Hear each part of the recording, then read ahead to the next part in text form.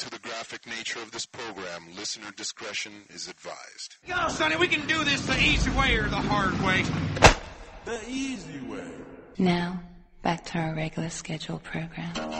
Unleash the fury! Some things I'd feel like I'm God, you stupid, dumb shit, goddamn motherfucker! You're listening to Two Strangers, One Podcast. Subscribe to us on iTunes, or if you're an Android user, you can always find the Stitcher app for Google. Now here's Chris and Kristen.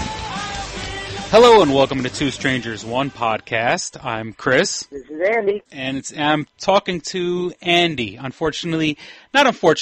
Kristen has a job now. So her co-hosting, the time for her to co-host isn't as open as it was before. But she'll be in my house tomorrow to record some more episodes. But this episode should be going out tonight. It's Thursday, what's today, the 6th? 6th, yeah. Yeah. And so, I don't have my TV on. I think the MTV Music Awards are going on right now. Are you watching the MTV Music Awards? No, I'm actually watching, I'm being an informed citizen, and I'm watching the Democratic National Convention. Actually. Oh, shit. How could they have the National Democratic Convention the same night as the MTV Music Awards? That's crazy. That rating, $10 says that nowadays the DNC will probably get better ratings than the VMAs. Yeah. And there's no videos. But there's more video, I think, at the DNC than there is at the VMA, to be honest with you. I would really not be surprised if they did a poll of find that and out. more music, too. More music, yeah, ironically, right? Yeah. MTV doesn't play music anymore.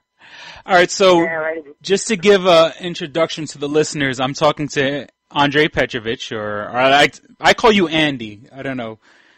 Is it like professionally you're Andre, but to your friends you're Andy? Yeah.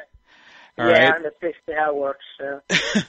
So, for the people listening, you and I go way, way back. It's ridiculous. As a matter of fact, we're only 1 day apart in age. You're a day older than me. And that 10-day window of ovulation that our mothers had, I guess. What was going on back then? I wonder. Was the blackout around that time? No, the blackout was after we were. The blackout was after we were born. Okay. Because I was thinking, hey, they wanted to kill some time during the blackout, and that's how we were made, but I guess not. And if I feel a little bit like I'm cheating on Kristen, not just because I have someone else I'm talking to on the show, but you're like my ex. You and me. In the multimedia sense. In the multimedia sense, you and I were co-hosts of not one but two separate public access shows back in the mid-'90s, if I'm not mistaken. Yeah, mid-'90s, around 94, 95, 96. Yeah, not way before the internet came out, but the internet was sort of an exotic thing back then, and it was nowhere near as Windows 95 and all the other, back when that came out, that's when it became really accessible, the net, if I'm not mistaken. I'm not a computer geek, but I was going by what I recall. You were actually a lot more savvy with computers at that point. Yeah, I was always a computer nerd. I remember other than, my dad, and I mentioned this in the past episode, my dad actually got me and my brother a Commodore 64.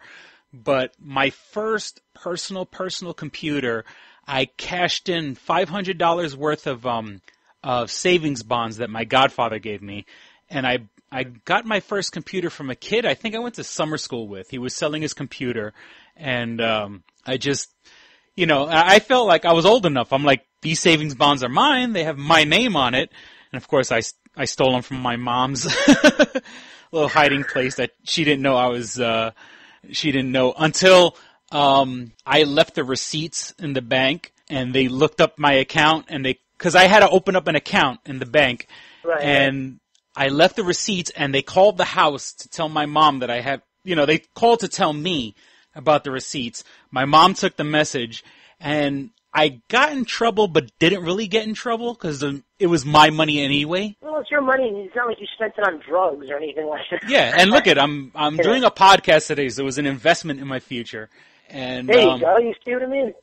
But I remember the days when the internet was still young, and I can never forget the fact. I remember around the time that the Howard Stern movie came out, Private Parts.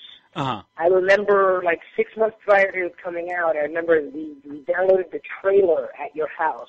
Oh, that's right. This was for any of the youngins listening at home who, grew up in this age of cable and maybe DSL at the oldest. Back in the day, you had to wait hours, agonizing hours to download anything. Because if I'm not mistaken, I think I started the download like at night. And then we went out.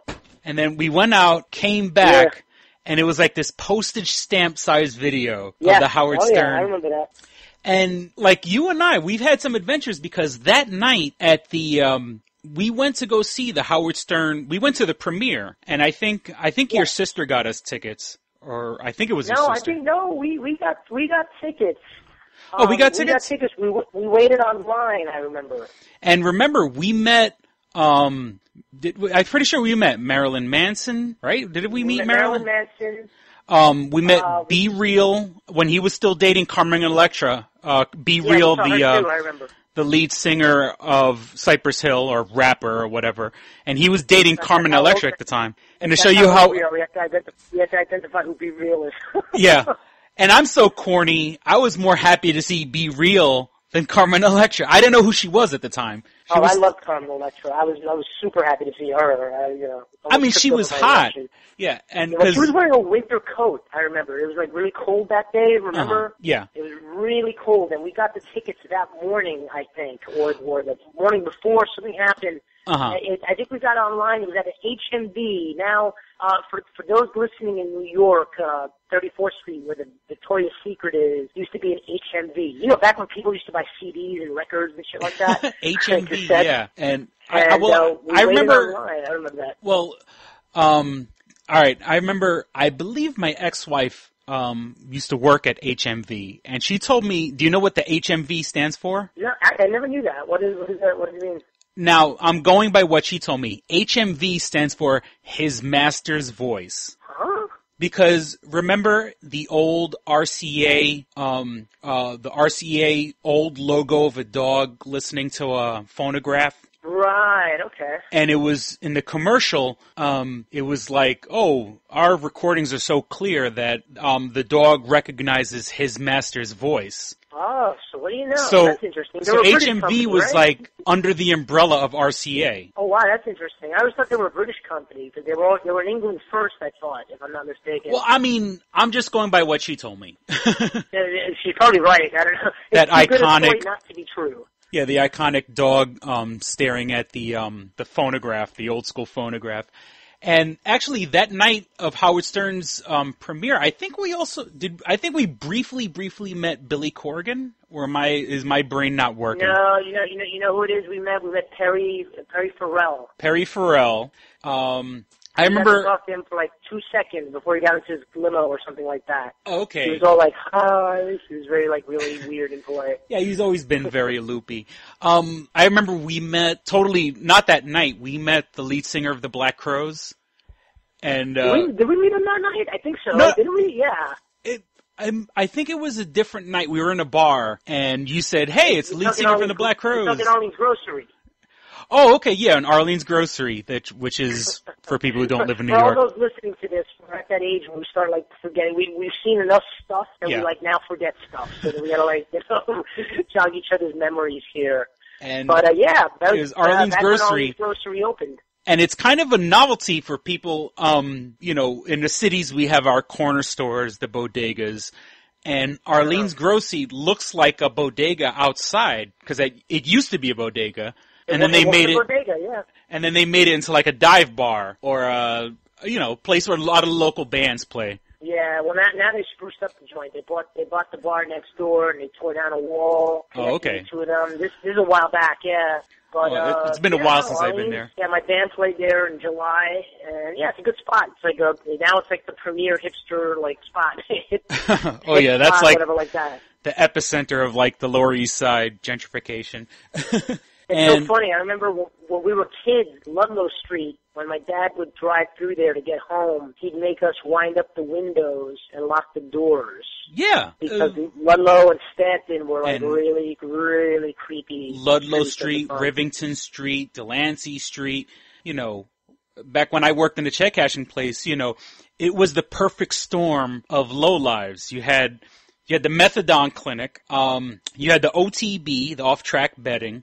Oh God, I remember that spot. Yeah. You had the market, or as they say in Spanish, the marqueta, which, like, I remember going to the marqueta and buying fucking ninja. You know, they goofed in on us, like the episode of South Park where like we were kids buying like ninja weapons back when ninjas were like the shit in the 80s.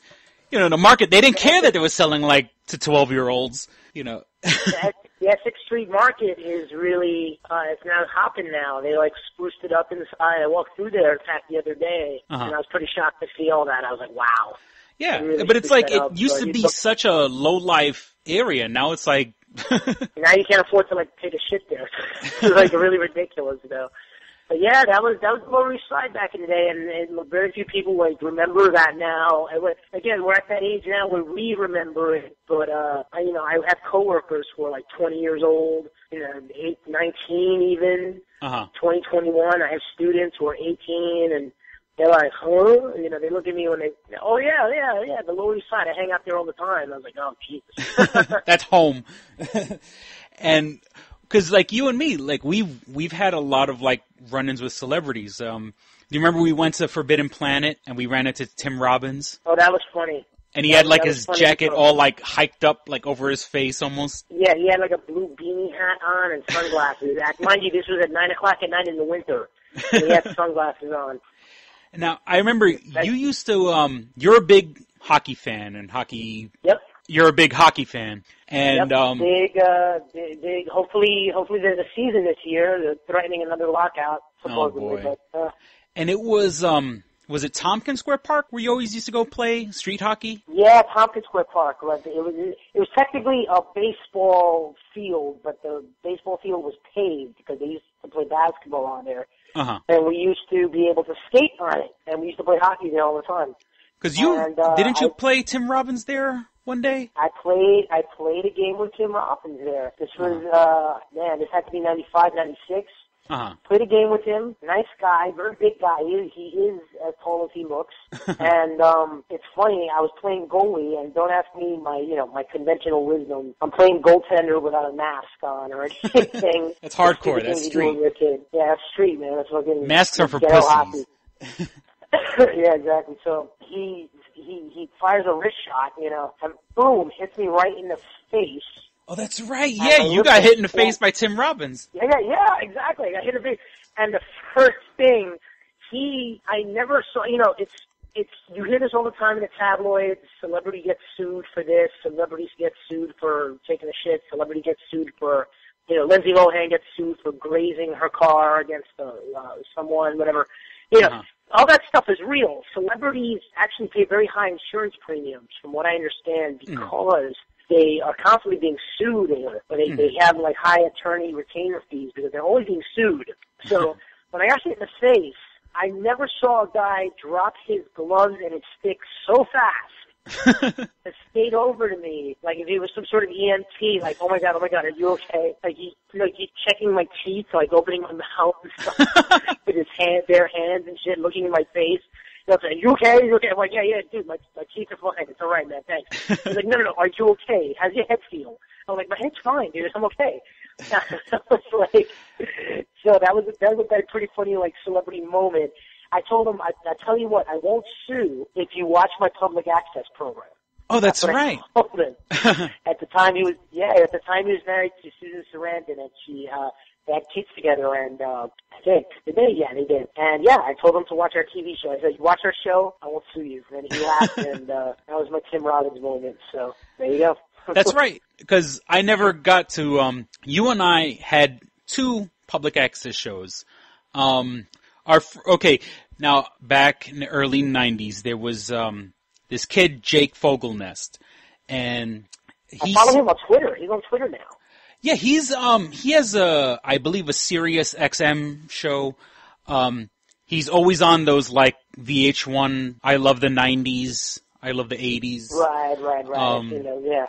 And I think actually recently now they actually have the I love the aughts, the I love the OOs. Oh, really? That's yeah, so funny. I've seen him. It was like, so he's on those. He's kind of, it's funny, he still has that like 90s bowl cut, but he's balding. Oh, yeah, he does. Yeah, he does. So, back in the day, Jake Fogelness had a public access show, and in his public access show, Squirt TV, right? Squirt TV, yeah. That was the name, yeah. He had gotten like the Fugees, Kevin Smith, Janine Garofalo, and all because like he kind of had like at the time, I think somehow he got the Fugees. Like that was like the first main person he got in his show, and he was just recording in his living room or his bedroom. Like they're literally sitting on his bed while he's interviewing them. I was always wondering how I never knew the guy personally. I think I may have ran into him once or twice. I know you used to run into him quite a bit. Yeah, in the East Village. I remember because he lived in our neighborhood, I think, if I'm not mistaken, or not far from us. Uh-huh. And I never understood how he had those connections. It was never made clear to anyone how he got those connections. Had these celebrities come on the show.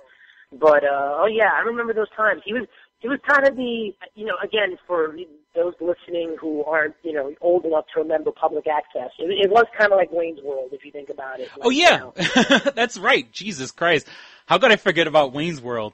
Yeah, Wayne's World being like public access, letting everyday Joe Blows get a TV show. And, I mean, we were kind of inspired by Wayne's World, but really seeing like Jake Fogelness, like a guy that I used to see in the street all the time, blew my mind. And I remember, I don't know if you remember, there was that show G Street Live. Do you remember G Street? Yeah, we did a few episodes with them, didn't we? I think, I remember calling them all the time and seeing. Yeah, I just remember seeing those guys. We remember that picture, but we did shows with a friend of ours named Tony, who he was friends with G Street Live, and what would happen was he'd invite them on his show. Yeah, I do remember that. We do the live call-in shows. So Tony, you went to high school with Tony. And yeah, I went to high school with Tony, yeah. Tony had his own TV show called Tony's Home Cooking. Remember? Yeah. He used to go, how are ya? How are ya? That was his friend, I think his friend went on to be an undertaker, which kind of like suited him, I guess, because he had that kind of look. Yeah. but yeah, those were the days, man. That was the day. That was before, again, it's hard for you youngins listening at home to understand this, but, there was a way time before YouTube, way before podcasts. Before internet. Yeah, before podcasts, before YouTube, this was it. This was the best you could do as far as guerrilla home recording. And, we used to record, every Sunday to turn in? Is that what we did? We used to record on Sundays. You had to have it 2 days in advance. So we recorded on Sundays. I remember our schedule was we would watch The Simpsons, and I think whatever show was after The Simpsons, and then we would record. The Critic, holy shit, yeah. Wow, I'm getting so old. My memory's coming back. I'm not surprised how sharp I am in my old age. But, and then we would record in the Critic in my living room. Now, the gimmick of our show was that we never showed our faces. We bought those cheap, $5 Jason Voorhees, like the bullshit fake ones, the fake Friday the 13th masks, not the cool ones, not like the ones that had actual like marks on it. The cheap one you bought at the pharmacy for $5. And I remember those. Yeah, we had those. Yeah. It was you, me, our friend Jimmy that passed away, and Corey, also known as Broach. And we were all over dramatic. We gave ourselves, mind you, it was the 90s, and everyone had their like this is before the Matrix. But I think it was tags. Yeah, everybody had like their own name. So I was the overseer. And no racist connotation to it. I was the overseer. I totally stole that name from that movie / TV show Alien Nation. And, I remember that. Yeah. And you were. Do you want to say what your name was? I think it was the Prophet. You were the Prophet, and not. No, I never prophesized anything, but I just thought it was kind of a cool name. You were the Prophet. Corey was Time, Lord Time. Yeah. I think he was just Time. And then Jimmy, rest his soul, was Lord Suicide.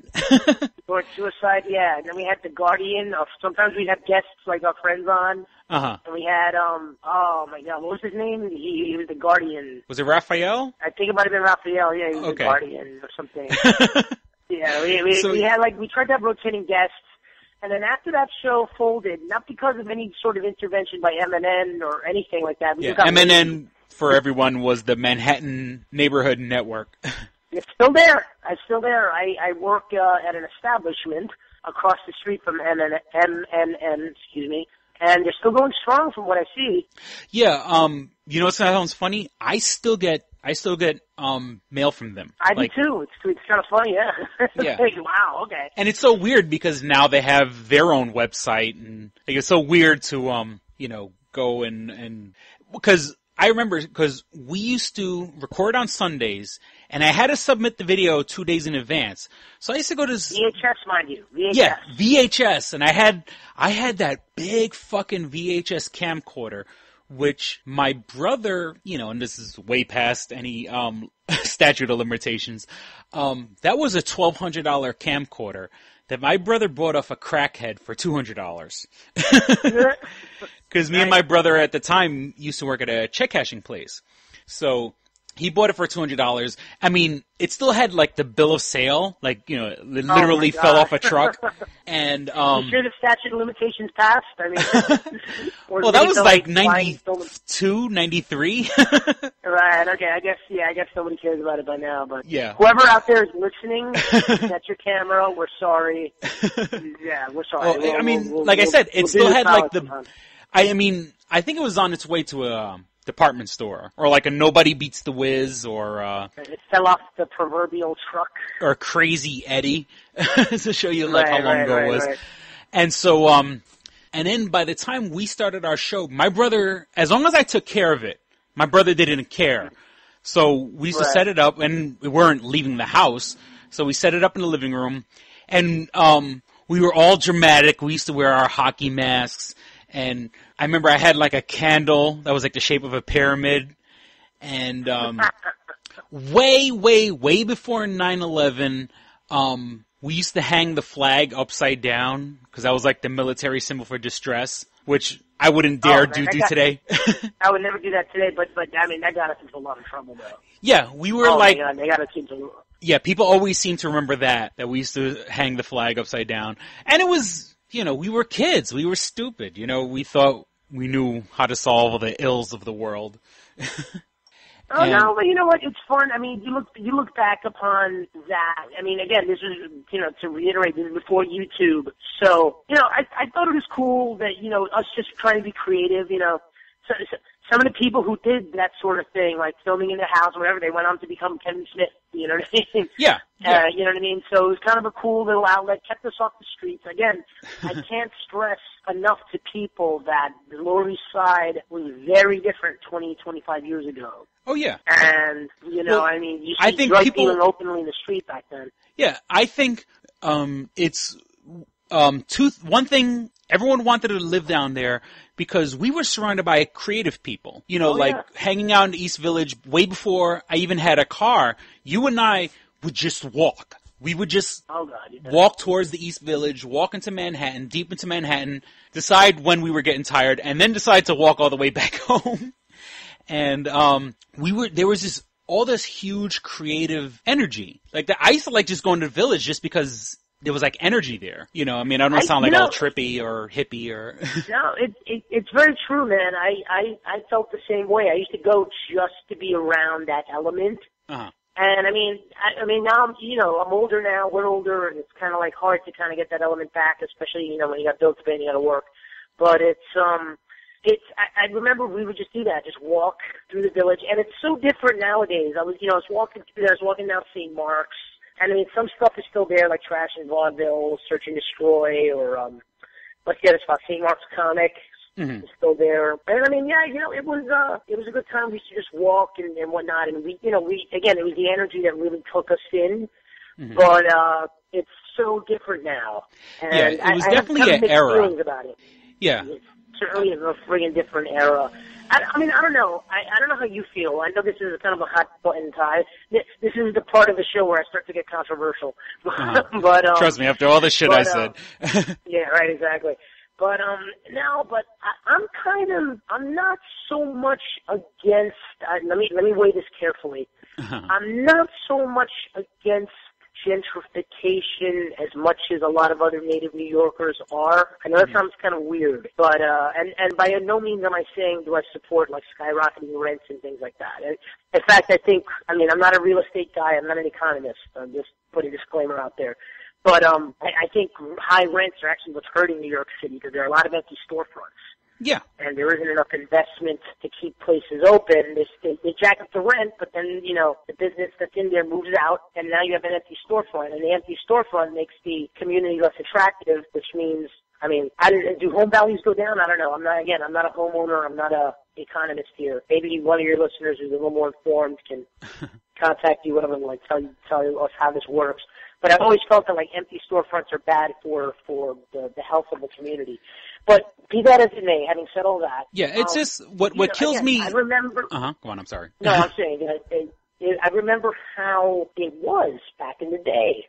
And a lot of people, it's a big controversial thing in New York City now that gets a lot of hot button, I guess the term is hot button, or a lot of controversy, is the High Line. Have you been on the High Line yet? The High Line, what is that? Is that like That's the park that's on the west side. It used to be the old West Side Highway overhead. Oh, like purple lights. I remember when I was younger, people used to refer to it as purple lights because it used to have purple lights. You're talking about the whole west side of the west side of Manhattan. Yeah, it's from Gansevoort up to like around 34th or something like that, and right in the meatpacking district. And it's this long, for people listening out of state or out of city who don't know.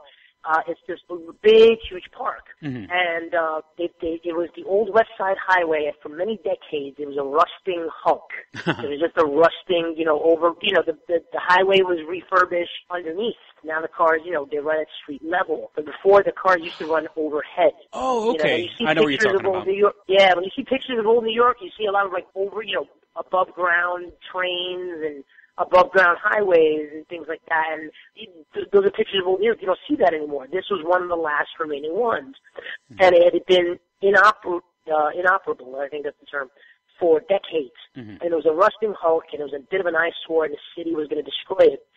But then I think some documentary makers, whatever, went up there, and they took a camera. And at the time, you couldn't go up there. It was like a safety hazard. They kind of like snuck up there ninja style, if I'm not mistaken. And they took a camera and found that there was a lot of vegetation growing. Yeah, Mother Nature. Like what's going to happen after man disappears? The vegetation's going to keep going. Yeah, exactly. Life after people, like that whole special on Discovery or whatever. Yeah. It was an example of that. Nature takes over again. And it was beautiful. And they thought, with a little landscaping and sprucing up, maybe we could make this a park. So it became a big, a lot of rich donors like Edward Norton and a lot of other celebrities turned this into a public place. And the good news is, we have a new park. It's a great, it's nice to beautify the city. It's been featured in movies and Curb Your Enthusiasm. There was an episode there. It's a very popular park, and I walk on it all the time, and I love it. I think it's gorgeous. I ran into Gillian Anderson of the X-Files on there last week when I went walking. Was she walking with with David Duchovny? I walked what? I'm sorry. Was she walking with David Duchovny? Because no. The rumor is they're back together. She wasn't. I know that's the Hollywood item, right? Is that they're together at last? But be that as it may. The big problem with the park, though, is now, because it's so beautiful, it's jacked up the real estate prices. Yeah. So all the businesses in the area are starting to feel the crunch of increasing rent. And stuff is, shops, there's some auto body shops and other businesses in the meatpacking district that have actually started to go out of business. Close up shop because they can't afford to live there or work there. I'm sorry? No, they're closing up shop because they can't afford to work there. They can't afford the rent. They can't afford the rent. Now, I had mixed feelings on this because, the only thing constant in New York City, to borrow a cliche, The only thing constant in New York City is change. Yeah. And I joke with my wife. I tell them, who's to say that, 120 years ago, William van der Woodsenbeek or, some old Dutch dude was like, I can't believe they closed, whatever Dutch shop was there, to build that auto body shop that now 100 years later is closing. You know what I mean? Yeah. Like there's always, each generation supplants the next, Yeah. and maybe, who knows, maybe in 50 or 100 years we're going to say, remember the High Line? before they built a Walmart there, you know what I mean? So it's like, Oh my God, yeah. God forbid. But you get what I'm saying though. It's like, gentrification, I mean, I have mixed feelings about it. I don't necessarily think that there were parts of New York that were just so like run down that gentrification has been able to like resurrect. The bad news is that it's displaced a lot of communities. Before Starbucks buys all of Manhattan Island. Yeah, basically, that's the problem. A lot of New York character has been lost. But then again, one could argue that the New York character keeps changing anyway. Well, so it's I guess, the whole area around CBGB's. People wanted to live there because they had, CBGB's was such a artistic center, but all those people moving in killed CBGB's. It's not even there anymore. But I believe the real estate. there's still like an art gallery there, right? I think the art gallery, it's still there. I don't know. I know that John Barbados took over the actual spot of CBGB's. And to his credit, and this is where I'm saying that gentrification isn't necessarily a bad thing all the time, to his credit, Barbados, despite selling, $100 shirts and things like that, which is very unpunk, he does have live music there to this day. Like every month he puts on a big concert, and if you sign the mailing list for Barbados, you get a free invite and they serve free drinks and everything like that. So he does, I think, try to do his part, I guess, but it's not the same, and I agree with you. A lot of people, the irony is people moving in to buy into that atmosphere ended up killing the atmosphere. Yeah. So there you go.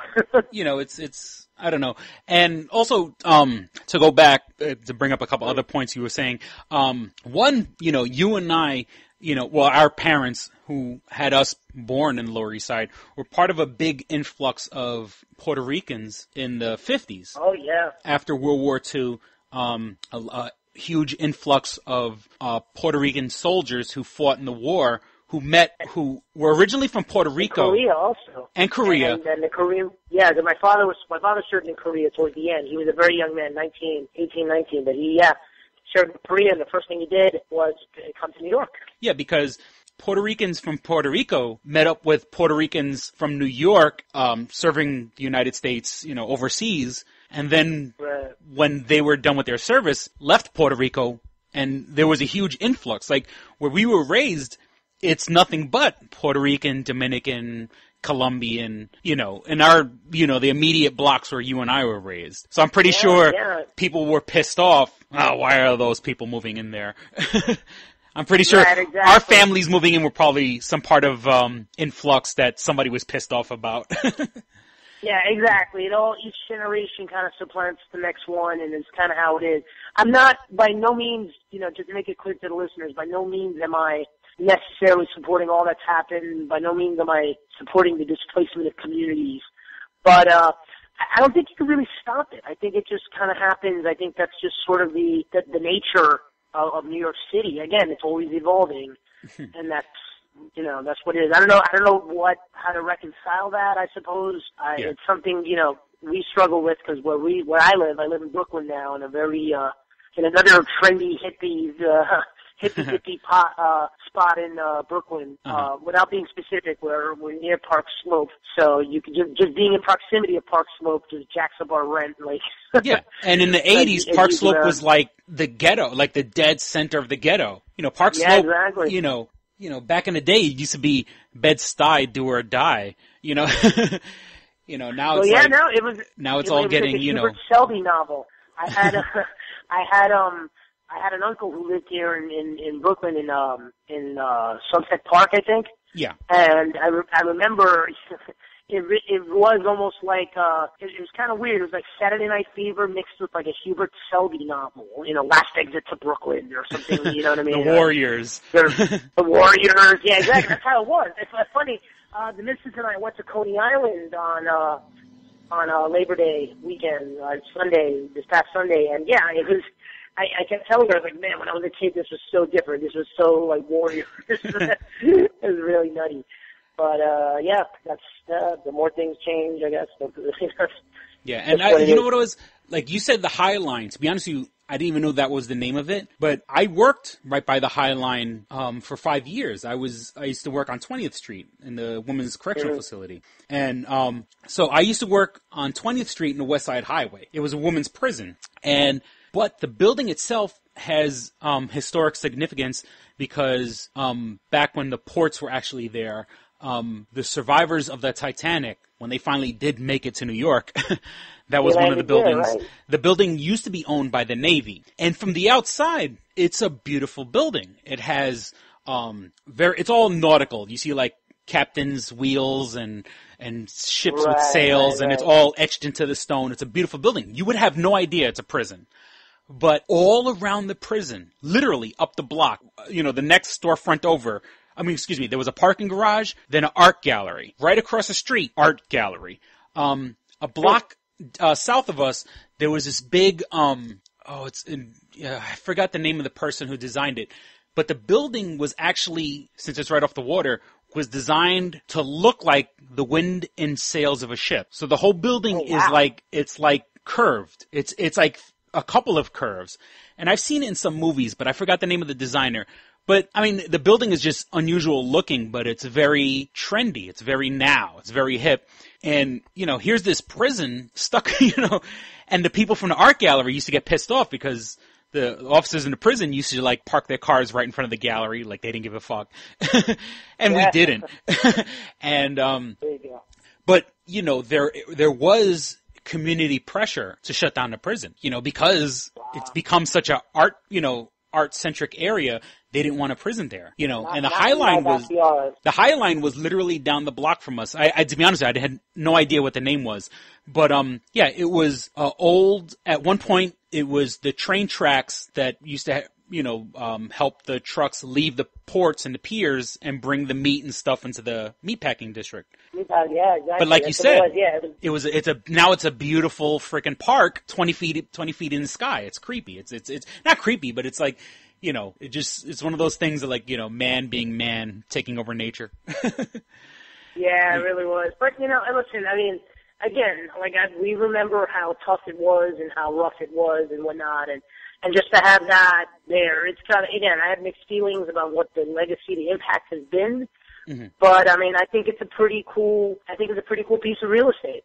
Yeah, I think it's a really cool piece of real estate. It just bothers me that, and this is going to sound very selfish, I feel being born and raised in the Lower East Side, living there is like a birthright. You know what I'm saying? It shouldn't be hard for you and I, if we chose to stay in that neighborhood, Because, I lived in Jersey, I lived in the Bronx, I lived in Brooklyn.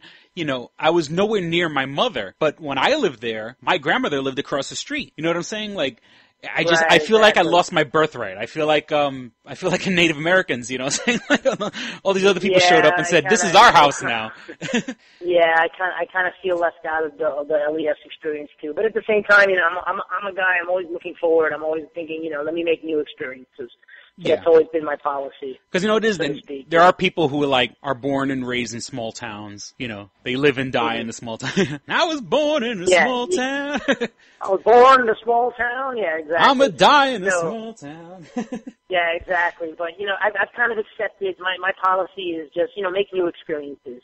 You know what I mean? And that's kind of how I feel about it. So I've slowly been letting the LES go in my mind. Although the irony is I spend a lot of time there because my band plays and rehearses in the Lower East Side. Yeah, so I still know a lot of people who hang there. That's another reason I wanted you to co-host this episode was and I've promoted your band a bunch of times and I don't know if I'm getting it right. So I don't know. Hit up the audience with how to reach you, how to find you, and your upcoming gig. Okay, basically I play bass in a band called Punk 77. And what we do is you've seen like cover bands and tribute bands, right? Yeah. You've seen tribute bands for like U2 or Journey or, things like that, right? Mm-hmm. And, I grew up listening, for all those at home, wondering about it, we grew up listening to, like, hard rock and heavy metal and punk rock and death metal and speed loud metal music. and all sort of shit. whatever's loud and obnoxious with guitars, that's what we grew up listening to. And I always said, you know what, New York City is was where punk rock really took off. I mean, it started in places like Detroit and eventually migrated to England, but it really took off at CBGB's in New York City. And I said to myself, I'm shocked. I mean, I think there's another punk tribute band or cover band, whatever, in L.A., but there isn't one here. And I said to myself, well, that's kind of odd. And, I love the music. I love the Ramones, the Sex Pistols, the Clash. So I started a band, Punk 77. You can find us online, punk77nyc.com. Takes us right to the Facebook page. And, we have a great lineup, and we're playing all those songs. We've done places like Arlene's Grocery. We have Fontana's on Eldridge Street off of Grand, between Grand and Broome, this Saturday at 10 o'clock. So, okay, so it's 10 o'clock. I just wanted to make sure because I could have sworn. Okay, but it's 10 o'clock on Fontana's, Eldridge Street, Lower East Side, Manhattan. Yeah, a stone's throw from where we grew up. Stone's throw from where we grew up. There you go. So punk77nyc.com. That's our website. And, come check us out. It's really cool. If you like that kind of music, we're doing that. We're also doing Trash Bar in Williamsburg, talking about hipster spots. We're doing Trash Bar in Williamsburg on Friday, September 28th. Friday, September 28th. The Trash Bar? Trash Bar in Williamsburg. In Williamsburg, Brooklyn. On the 28th? So, 28th. Okay. Friday the 28th of this month. So so we got gigs coming up, we got gigs lined up, and anybody who listens to Two Strangers One Podcast, says hi to me. I'm the bass player. I'll buy you a beer. Oh, okay. That'd be awesome. So there you go. And I don't think Chris counts though. Employees of Two Strangers One Podcast are exempt. You're right. I may be in town on Saturday too. There you go. Yeah, I got to help my uncle out with some stuff. Out with some stuff. I may be in town Saturday, so if any people want to come see me, any of my stalkers want to come out and see me, that'd be awesome. There you go. Yeah. And just letting you know, Andy, letting you, we're like at the 45-minute mark, and I want to do at least another 15 minutes. Okay. But I do have to say, I seen your band, and I don't want to sound biased because you're my friend. I really fucking enjoyed the show. And I'm more of a metalhead. You know what I'm saying? If anything, I'm honest with my audience. I'm a metalhead. Punk necessarily isn't my thing, but I had a fucking blast at the show. You guys are playing the local 269, which used to be known as Meow Mix. And you guys tore the fucking place down. For a little. The place was tiny, but you guys had a fucking full sound. Usually bars like that don't have a good PA, or I don't know. You're more of the audio guy than me, but you guys, honestly, and I'm not even saying this because I'm being biased and you're my friend. Honestly, you guys had such a fucking nice full sound that I was bobbing my head. I was really getting into it. And I mentioned this in the past episode, while you guys were playing, the guys coming on after you were like a death metal band. And so obviously I'm noticing the guy to my left, he's fucking banging his head, but he's doing like the death metal headbang with the long hair. I guess, right. which I wish I could do. But, he was enjoying it. And this guy obviously was like a death metal fan. Obviously, you don't start a death metal band if you're not a fan. And so he was rocking out. I was rocking out. And so I definitely have to recommend anybody in the New York City area or fucking Philly, Rochester, take the fucking 6 hour drive. We want to make our way there too. All those spots. Yeah, it's and I keep repeating myself. I don't want to make people think, oh, he's friends of the band and he's gonna say stuff that makes them no. If you guys suck, that'd be I'm pretty hardcore and I fucking enjoyed myself. Rest assured, when I started playing, other people listening at home, when I started playing and when I sucked, Chris would let me know. So there's definitely honesty there.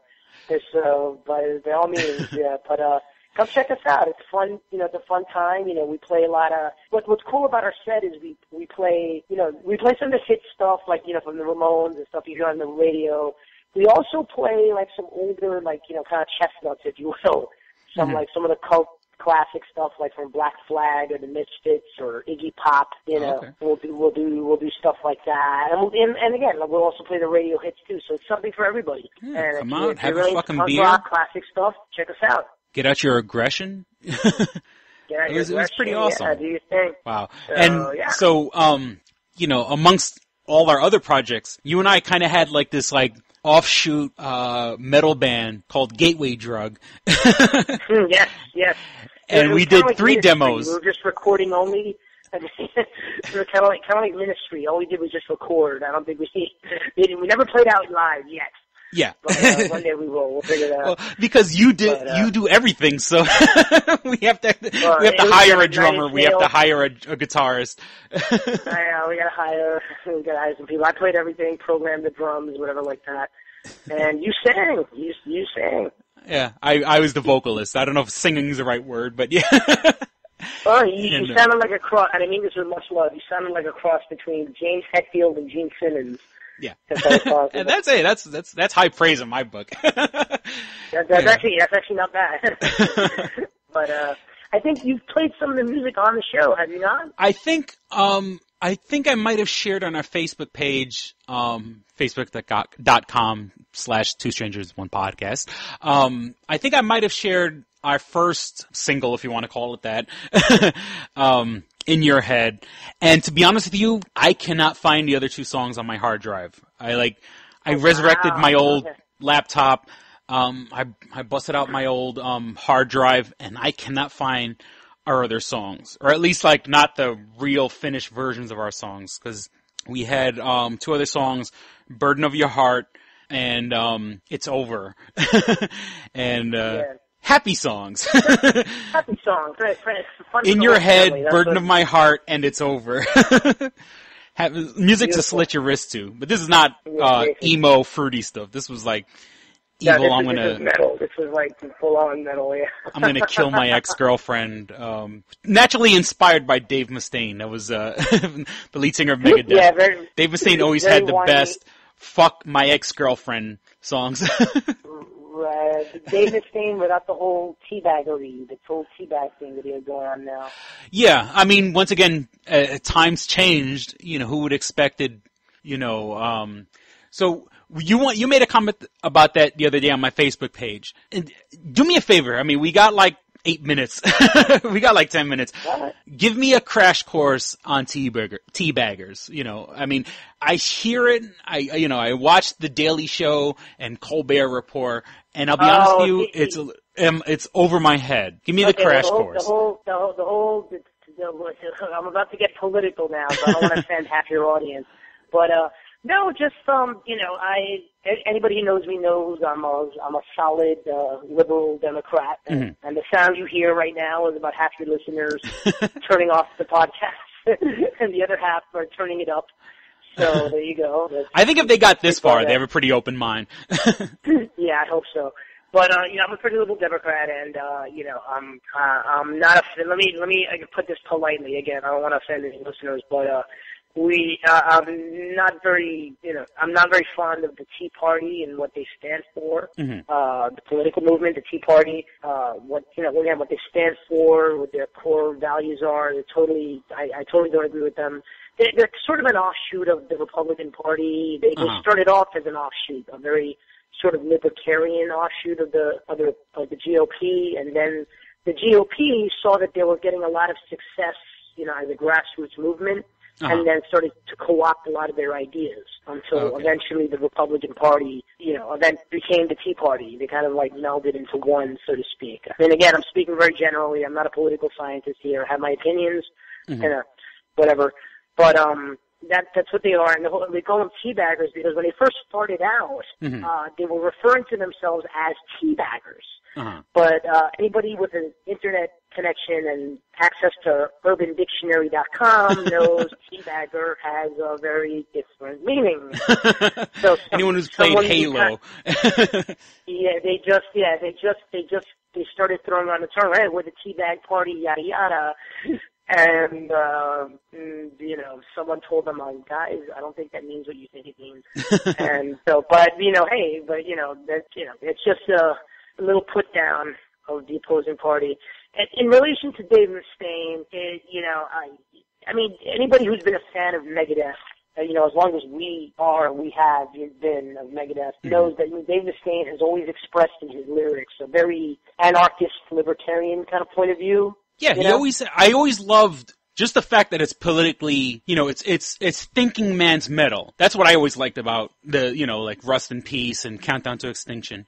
But go on. Right. Well, he was very like that, but ever since he found Jesus and ever since he became really religious, he started to move very far right. Oh, okay. And Dave Mustaine, he was quoted as saying, that he doesn't think Obama was born in the United States. Obama was born in Kenya, and all this other like right-wing stuff that he's been spewing out. Obama's after my guns, all this other crap.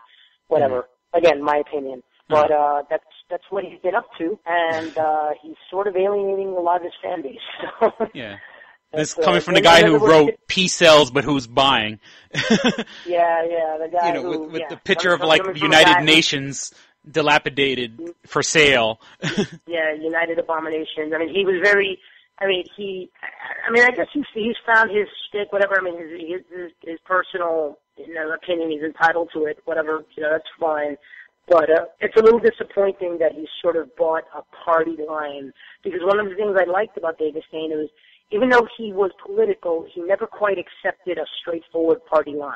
Gotcha. He was always against both the Republicans and the Democrats. Yeah, what I mean? It's all bullshit. It used to be. That's how I felt. Yeah, it's all bullshit. Right. So he was very much into that. And, but now he seems to have bought into the whole, he was endorsing Rick Santorum and all this other, all these other candidates, whatever, for Republicans for office and whatever like that. Listen, he's entitled to his opinion, as is anybody listening to the podcast is entitled to his or her opinion, but, I just don't have to agree with it. And no one has to agree with me, so that's fair is fair. But what it is. Okay. It's, it enlightened me a little bit, because to be honest with you, like, I always heard, and I try to stay on top of things, but it just, like, it never really pinged on my radar. You know what I'm saying? Right. Like the Tea Party. Well, so obviously I'm giving you a biased opinion. I'm giving you a biased viewpoint. So, hey, any of your listeners want to enlighten you, and if your more right-leaning listeners want to enlighten you, hey, shoot them an email. You know where. Contact them on Facebook. I mean, just even our last episode, the art for the episode was a picture of Obama opening his shirt, and then the shirt says 2 Strangers, 1 Podcast. So I think it's obvious where my political views go. And like tonight, I'm over here talking to you. My TV is off, but I'll wait to YouTube tomorrow. So is the president giving a speech tonight? Do you know if he is, or has he given it yet? President, I think he might be giving it now. I turned off my TV just so I could focus on this. Okay. But, he should be, if he hasn't spoken already, he should be speaking soon. Bill Clinton delivered what I thought was a great speech yesterday. Yeah, I caught, once again, this morning, probably one of the first things I woke up. I mean, I wake up, I check my mail, and then I see, like, ex-President Clinton gives a speech. And so I watch it on YouTube because, I guess I just have, like, the funny thing is I don't even, like, use my TV anymore. Like, I just use my computer. So I listen to the whole speech, while I'm, like, checking my Facebook status. It's playing in the background. But, and here I am recording. What's that? You gotta stay informed, man. Yeah. And, I like Slick Willie, man. I actually read his book, My Life. And holy shit, that was, that's an accomplishment to read that book. Pretty big, pretty long, right? Yeah, Isn't it oh my like God. Dense? It's like, I woke up in the morning, took a shit, had some tea, called the, Russian president. It's like, I swear to God, it's damn near like a minute-to-minute blow of his whole fucking time as a president. And it's so funny for a guy who wrote, I don't want to say it's boring, it's fucking detailed beyond. But, I'm a man. I'm a straight man. And fucking Bill Clinton is a pimp, man. He's like, oh, why'd you take off your pants? I'll be like, okay. There's no justification, for lying to Congress. Let me just say that right away. No matter what party you are, no matter what your religious or political beliefs, I should say, are, I don't think there's any excuse for lying to Congress, to be honest with you. But you got to admit, though, I think he kind of got he really got crucified for something that in hindsight was just a personal matter between him and his wife. Yeah, And he was thought being that was kind of a waste of persecuted taxpayer from day money, one. really. What was that? I'm sorry. No, I just think that was a waste of taxpayer money to go through that whole fiasco with the scandal and the investigation and Kenneth Starr and all this other bullshit. Yeah, the same reason, I feel that they're going after Obama about Kenya and being Muslim and no birth certificate. They're trying to make a mountain out of a molehill without, just because they don't have any other ammunition. So I think that's what they did with Clinton. And That's what they did to Clinton, yeah. And it's funny, I've never gotten this political on any episode. He's talking about guys getting guys getting blowjobs and how I like Lindsay Lohan's tits. I've never gotten really political on this show. This is either gonna be your highest rated or lowest rated one tonight. So there you go. Controversy, it's not bad. I like Obama and I still like Lindsay Lohan's tits. There you go.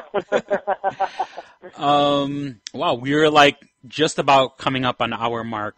Let me see. I'm trying to, you've been my partner in crime. I think you are my Scott Mosier. If that makes Kevin Smith has a Scott Mosier. I'm the big mouth who wants all the attention, but you're the guy who really knows what the fuck's going on. The technical guy, right? Yeah, I guess so, I suppose. You're my Scott Mosier, or you're the Opie to my Anthony. Oh, there you go, right? Hey, listen, I'm honored. I'm honored to be on the show. Hopefully we could do this in person next time rather than by a wonky iPhone connection. Yeah, and, the levels seem good. But yeah, Kristen, and I love Kristen. Kristen's is more of like the Robin to my Howard. Gotcha, yeah, that makes sense. And, like I said, I do kind of feel like I'm cheating on her right now. But, it's like if you fuck your ex-girlfriend, it's not that much of a, it's not that bad. It's not that big a deal. Cause you've been there before. Yeah, exactly. Listen, I'm honored. Whenever I can step in for her, I'll be more than happy to. And I'm just keeping the seat warm. That's all I'm doing. Keeping the seat warm. Yeah, and like I said, she's coming by the house tomorrow for us to record some episodes for next week. And this is episode 40. We have besides this one, we have up to episode 52.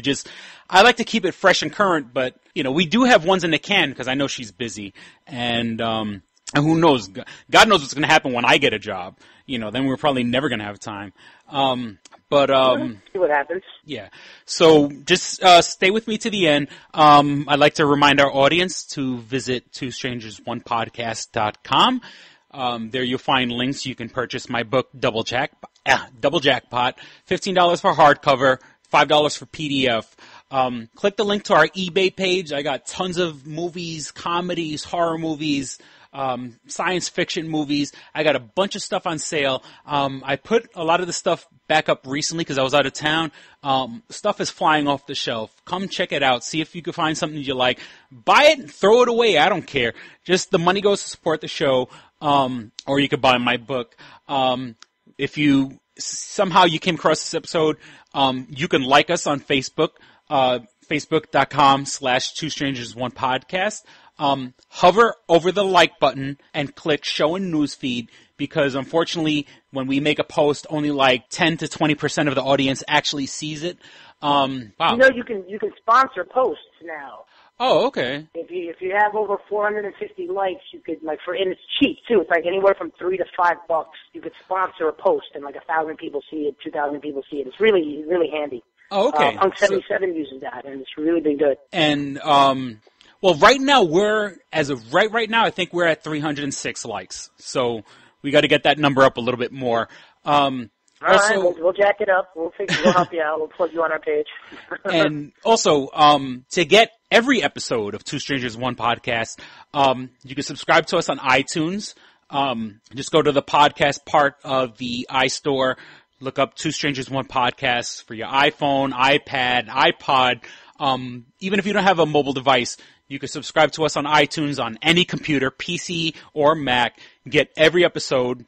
And if you do have an Android device like I do, and the way I follow all the podcasts when I'm not at home, I use the Stitcher app, STITCHER,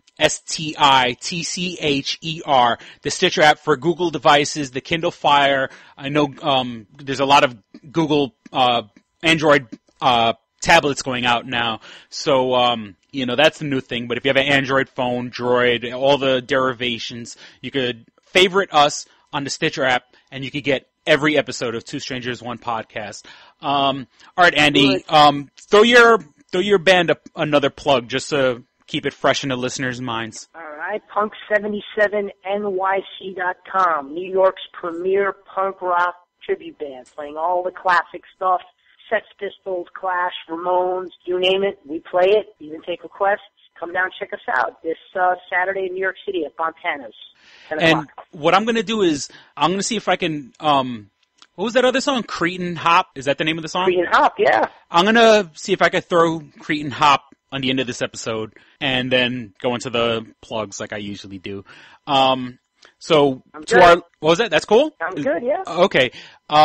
So to our listeners, I certainly hope you enjoyed listening to the show as much fun as we had recording it. Thank you for listening to Two Strangers, One Podcast. I'm Chris. And I'm Andy. All right. Thanks very much, guys. Thanks for listening. And now? All right, here we go, man. Go ahead. You want to read Double Jackpot. What is it? It is a self-published book by Christopher Cologne. Chris Cologne? Smells good to me. But look at her. That broke that fucking cold little exterior. He's like, hee. But it is spelled Colon. Him punny. But Double Jackpot is a book about a comic book artist, Eric, who is in a loveless relationship with a materialistic I feel you, Eric. Lynette. Oh, fucking, are you sure I didn't write this? Sounds hauntingly familiar. He starts cheating on his girlfriend with a more creatively supportive woman, Nadia. Well, I gotta meet her. Where's the Nadia? There's your summer girlfriend. Summer Nadia is Nadia. Nadia? Yeah, I think Nadia spelled with an A. All right. Both Lynette and Nadia play the double jackpot, the largest payout in lotto history, much like the recent Powerball. Both girls play his birth date as the winning numbers. Eric is now stuck between two of the country's richest women.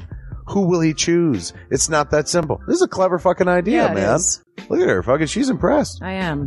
She got some summer reading. Christopher Cologne smells real lovely with an original idea. This is. I've never heard this before. I haven't either. This is a self-published book, much in the indie spirit as Kev's Clerks. Oh, you don't even need to name check me. This is just a good idea. You could stand on your own, man. You don't even have to be like, hey, remember Clerks? This is nothing like that. This is way more original than Clerks. This is a good idea, man. Why didn't I think of this? I need something to read. This book is part of the Comic Books, Heavy Metal, Video Games Trilogy Book 2. Odd I See, A Tale from the Road, coming soon. Right on, man. It's part of a trilogy. This is the first part. Way to write, man. He's seeking a literary agent. Motherfuckers, anybody out there? There ain't no literary agents listening to this show, I assure you, sure. Sure. I assure you, sure. But somebody know a literary agent? Hook a motherfucker up! Chris Cologne come up with an original idea. I should tell Raskin, that's a good fucking idea, to be honest with you. That's a fucking rom-com right there. Megan, get Raskin on the phone. Isn't it possible to get Raskin on the phone? No? Yeah. I want to run it past him, man. I want to, and if it happens, I get a taste, Chris Cologne. I get a whiff, if you will. The book could also be ordered on www.lulu.com. That's lulu.com. I understand that. I just want to spell it out. Normally one says it, that spells it. Still, lulu.com. What is that? Do you know what it is? I don't know. All right. The book could also be ordered on www.lulu.com. Search for Double Jackpot Christopher Cologne. A paperback version of the book is $15 and a PDF file is only $5. $5 is Yeah. insanely inexpensive. 15 is not even that bad for a paperback version. No. This is $1 million idea right here. Like a movie about a dude who fucking is stuck between two chicks, both of who play his birthday and win the lottery. Come on! I can see that trailer. Chris Cologne is on to something. Nobody else can smell it but me. I'll read it. Thank you. I'm going to make that smelly joke. I know, you're trying to get me to laugh again. It worked once. Double Jackpot is a self-published book by Chris Cologne, man. It's the first book in his comic books, heavy metal, video games trilogy. Book 2, Odd I See, A Tale from the Road, should be coming out soon. Get all the information at Chris Cologne, like a motherfucker. I and will his totally book, read this. Double Jackpot. I'm serious. I'm going to recommend that to fucking Raskin. How is that not a movie? You know what I'm saying? This could be a sexy movie. You could do an R-rated version. There could be nudie in it, and you could show them fucking both chicks. Maybe a little penetration. Maybe a butthole shot. No butthole, no care. I would like to formally apologize to Christopher Cologne right now. No, sex sells. Chris Cologne will appreciate that. He's like, thanks for throwing a few buttholes in there, man. Don't forget to check out twostrangersonepodcast.net, your one-stop resource for everything show-related. You can find links to subscribe to us on iTunes or on Stitcher. You could also find links to buy my book, Double Jackpot, on twostrangersonepodcast.net. Fuck you, fuck you, fuck you. You're cool. And fuck you, I'm out.